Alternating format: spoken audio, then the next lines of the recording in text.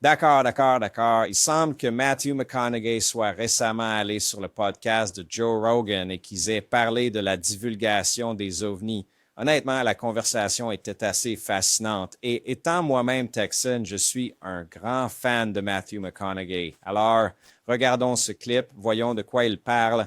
Carl Sagan, j'ai pu m'asseoir avec lui pendant quelques heures avant que nous fassions ce film appelé Contact, dans lequel j'étais avec Joe Cost. J'ai adoré ça. Tu le fais? Un de mes films préférés de tous les temps. J'ai adoré ce film. Oh, cool. Et j'adore Carl Sagan. Oui. Il a écrit le livre. Oui. Oui. J'ai pu lui parler et l'écouter, en fait, pendant quelques heures. Quoi qu'il en soit, j'ai fait la connaissance de sa femme. Et sa femme est vraiment cool, mais son bonjour, sa salutation est toujours. Et quelles sont tes coordonnées? Ouah. Quelle est ta coordonnée? Quelle est ta coordonnée? Elle est là-bas. Mais, je veux dire, c'était similaire à la... Ouais. Nord, sud, est, ouest. Où sommes-nous? Coordonnées. Où éclatir? Coordonnées. Erie. Ouais. Dans la galaxie, dans l'univers, entre les mains du temps, que s'est-il passé? Quelle est notre coordonnée? C'est un peu là-bas, mais c'est une façon assez cool et objective de voir les choses. Je veux dire, réfléchissez à ça. Ça me rappelle, ouais, comme, avez-vous déjà rencontré Bush 41? Non. Salut, Président Bush. Comment ça va aujourd'hui? Pendant qu'il te tient la main, environ 8,2 aujourd'hui, Matthew. 8,2. Jusqu'à la 10e. Il vous donnerait une réponse sur 10 à la 10e de comment il allait. J'ai toujours trouvé ça assez intéressant parce que tout le monde dit « Oh, je vais bien, mec, super, super, super. Et toi? Da, da, da, da, da. » C'est un truc de la CIA, fiston. Et il additionnait jusqu'à la 10e. Quelle est ta coordonnée? Environ 8,2. Il avait des chiffres dans sa tête. Oui. Tu sais, Herbert Walker était le gars que Hal Puthoff et un tas de ses scientifiques, il les a réunis et a dit « Nous avons récupéré un ovni écrasé à plus d'une occasion et nous avons un programme de rétro-ingénierie et nous envisageons de divulguer cela au peuple américain. Je veux que vous listiez les points positifs, l'impact positif sur la société et les négatifs. » Oui. Et ils l'ont fait avec pas mal de scientifiques différents et ils avaient tous plus de négatif que de positif. S'il sortait avec cette information, Exactement. partager cette information, quel serait l'effet sur la société? Oui, et Plus de négatif que de positif? plus de négatif que de positif. Parce que... Perturbation de la religion, gouvernement, économie. Comment cela perturbe-t-il la religion? Eh bien, je veux dire comprendre la religion. Je sais pas, dépend de votre religion, vous savez. Ça dépend d'où viennent ces choses et ce qui se passe. Que savons-nous? Dans la Bible, Ézéchiel a des chars d'or venant du ciel. Exactement. Oui, et une roue dans une rue. Oui, les trucs d'Ézéchiel ressemblent à une rencontre avec un ovni. Et ce n'est pas la seule version de cela dans les textes anciens. Dans les textes hindous anciens, ils ont des vimanas, ces choses qui volent dans le ciel. Comme que sont ces choses? Tu sais, dans le Rig Veda, même dans la Bhagavad Gita, il y a toutes ces descriptions de ces choses qui ressemblent à ce dont tu parles. Un vaisseau spatial ou au moins une sorte de technologie. Comme quoi, et cette chose à propos des Néphilim, comme que les dieux se sont accouplés avec des femmes et ont créé des hommes qui sont monstrueux. Garçon, cela ne ressemble-t-il pas à des extraterrestres qui seraient descendus et auraient manipulé génétiquement des primates pour créer des êtres humains? C'est une version que l'on pourrait déduire du texte. C'est vraiment des trucs bizarres, mec, genre vraiment bizarres. Si tu découvrais que tout cela était vrai, ça changerait probablement tout dans la société. Et c'est ce que Herbert Walker et ces gars-là ont décidé après. Donc, Hal Puthoff m'expliquait dans le podcast comment ils attribuent une valeur numérique à chaque chose. Je suis comme, on était si près. D'accord. Imagine si cela arrivait. C'est 1990, n'est-ce pas? D'accord, donc c'est super intéressant, n'est-ce pas? Surtout cette conversation où Joe Rogan dit qu'il y a eu avec Al Puthoff, où il a décrit une réunion des esprits pour discuter de la capacité de la société à gérer la divulgation des ovnis. J'ai entendu Hal en parler avant et je me souviens en fait qu'il l'a mentionné dans le podcast de Joe Rogan. J'ai le clip prêt juste ici. Et à cette époque, j'avais reçu un appel de quelqu'un que je connaissais à Washington, D.C., le directeur d'un groupe de réflexion. Je ne peux pas le nommer, mais il a dit j'ai besoin que tu viennes à Washington pour faire partie d'un petit projet, un petit briefing. Et j'ai dit non, je n'ai pas le temps. En ce moment, je suis juste trop occupé. Il dit, écoute, viens et ce sera la réunion la plus importante de ta vie. Eh bien, comme je l'avais calibré parce que j'avais fait d'autres travaux avec lui et pour la marine, etc., j'ai dit, d'accord, je vais venir. Alors, je suis arrivé là-bas et j'ai vu des gens, dont certains que je connaissais, y compris mon ancien gestionnaire de contrat de la CIA, des personnes de la DIA, beaucoup de militaires et ainsi de suite. Alors, il nous a tous fait asseoir et a dit, d'accord, voici le marché. Voici pourquoi je vous ai tous invités ici. Disons simplement, dit-il, que les États-Unis, la Russie et la Chine ont obtenu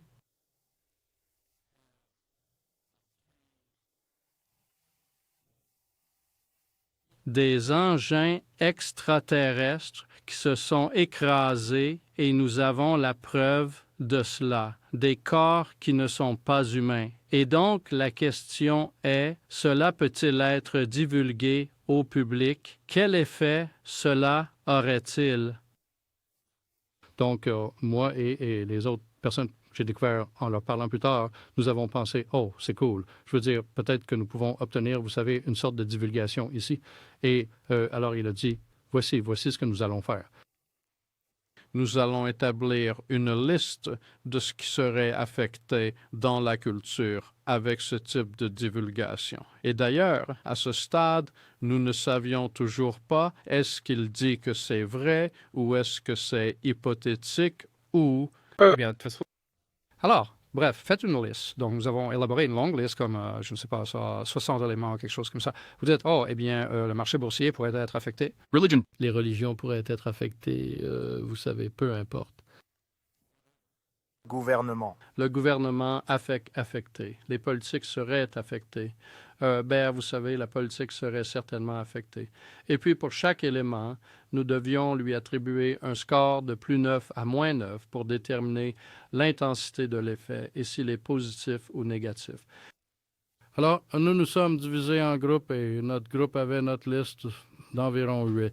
Et donc, il a parcouru notre liste et il s'est avéré que nous avons fini par obtenir des chiffres nets négatifs. Et laissez-moi vous expliquer pourquoi vous pouvez obtenir des chiffres négatifs. L'une des choses vers le bas de la liste, et nous sommes vraiment entrés dans les détails, était, eh bien, supposons que des matériaux provenant d'une récupération d'un engin non humain aient été donnés à la société A, mais que la société B n'ait reçu aucun échantillon. Et puis, des années plus tard, la corporation A gagne beaucoup d'argent grâce à ce qu'elle a obtenu. Pendant ce temps, la corporation B a fait faillite et ensuite, ils découvrent qu'ils ont été exclus. Eh bien, ils vont finir par poursuivre les entreprises, poursuivre le gouvernement. Je veux dire, ça devient vraiment compliqué quand on entre dans les détails. Et donc, il s'est avéré qu'avec notre groupe d'environ 8 personnes, nous avons dit, vous savez, ça, nous obtenons un nombre négatif. Eh bien, il s'est avéré que tous les groupes ont obtenu des nombres négatifs. Donc, le résultat de cet exercice était, si vous pensez à la divulgation, oubliez ça. Était-ce pendant le mandat de George Herbert Walker Bush? Non, c'était pendant Bush 2. Bush 2. George Bush plutôt. George Bush, oui. W. Donc, quand tout cela se passait, tu ne savais toujours pas ce qu'ils avaient. Ils ne savaient pas ce qu'ils avaient. C'était juste... Tu disais... Cela pourrait être hypothétique ou ils pourraient essayer de nous dire quelque chose, mais ils ne le diraient pas. Intéressant. Et combien de temps vous ont-ils donné pour compiler cette liste et générer ces chiffres de plus et de moins? C'était 2 ou 3 jours. Je ne me souviens pas en ce moment. Comment avez-vous attribué mes chiffres et autres choses comme le marché boursier? Comment avez-vous déterminé comment cela serait impacté négativement ou positivement? Eh bien, vous savez, c'était juste une réaction instinctive, en gros. Vous l'avez visionné à distance? Non, on n'a pas fait ça. Non, mais l'avez-vous fait? Au fait, dans le programme de vision à distance, une des choses qu'ils nous ont dites, écoutez, vous qui dirigez ce programme, ne pensez jamais à faire de la vision à distance vous-même. Nous avons appris à l'époque du LSD que si les expérimentateurs s'impliquent dans le sujet qu'ils recherchent, ils perdent leur objectivité. Et ne pensez pas que vous pouvez vous éclipser et vous en sortir parce que nous vous attraperons avec le polygraphe. Et donc, non, jamais fait ça. Ne te visualise pas à distance. Quelle chose bizarre à dire à quelqu'un. Oui, c'est ce qu'ils ont dit. Donc, bref. Mais bref, revenons à ça. Nous, Donc, nous avons proposé nos chiffres et dit, vous savez, cela ne semble pas être une bonne idée. Donc, à ce moment-là, c'était le point de vue. Maintenant, comme nous allons le voir, à ce stade, j'ai un point de vue différent. Je pense qu'il devrait y avoir plus de divulgation que ce qui est apparent dans la culture. Eh bien, je pense que c'est beaucoup plus courant. Beaucoup de courant, n'est-ce pas? Cette idée est plus courante, non seulement chez les universitaires, mais même chez les gens du gouvernement. Même les gens du gouvernement. Maintenant, une chose que Joe Rogan se trompe, c'est qu'il dit que c'était Herbert Walker Bush qui a mis cela en place. Vous savez, Herbert Walker était le gars qui, Hal Puthoff et un tas de ses scientifiques, il les a réunis et a dit « Nous avons récupéré un ovni écrasé à plusieurs reprises et nous avons un programme de rétro-ingénierie. » Hal Puthoff, il dit que c'est George Bush II. Était-ce pendant le mandat de George Herbert Walker Bush? Non, c'était pendant Bush II. Bush 2. George Bush, plutôt. George Bush. Ouais. C'est intéressant parce qu'à la toute fin du clip, Joe Rogan dit 1990. George Bush était en fonction de 2000 à 2008, n'est-ce pas? Et je me souviens que Hal Puthoff en a parlé avant, où il a dit que c'était dans les années 2000. Alors pourquoi Joe Rogan est-il convaincu que c'est de 1990? Si vous découvriez que tout cela était vrai, cela changerait probablement tout dans la société. Et c'est ce que Herbert Walker et ses gars ont décidé après. Donc, Hal Puthoff m'expliquait ça dans le podcast, comme comment ils attribuaient une valeur numérique à chaque chose. Je me disais, on était si près. D'accord. Comme, imagine si cela arrivait. C'est 1990, n'est-ce pas? Donc, encore une fois, c'est très intéressant pour moi. Vous savez, Hal Puthoff décrit cet événement au début des années 2000. Mais c'est en fait George Bush, le deuxième, n'est-ce pas? Alors, il dit George Bush, n'est-ce pas? Pas Herbert Walker. Je ne sais pas. C'est juste très intéressant. Je suppose que peut-être Joe Rogan s'en est juste souvenu de travers ou qu'il y a une autre histoire qui circule. Je ne sais pas. Honnêtement, Joe Rogan a entendu tellement d'histoires. C'est tout à fait possible qu'il se soit simplement trompé, pour être honnête avec vous. Mais j'ai trouvé ça intéressant. Alors, dites-moi ce que vous en pensez dans les commentaires.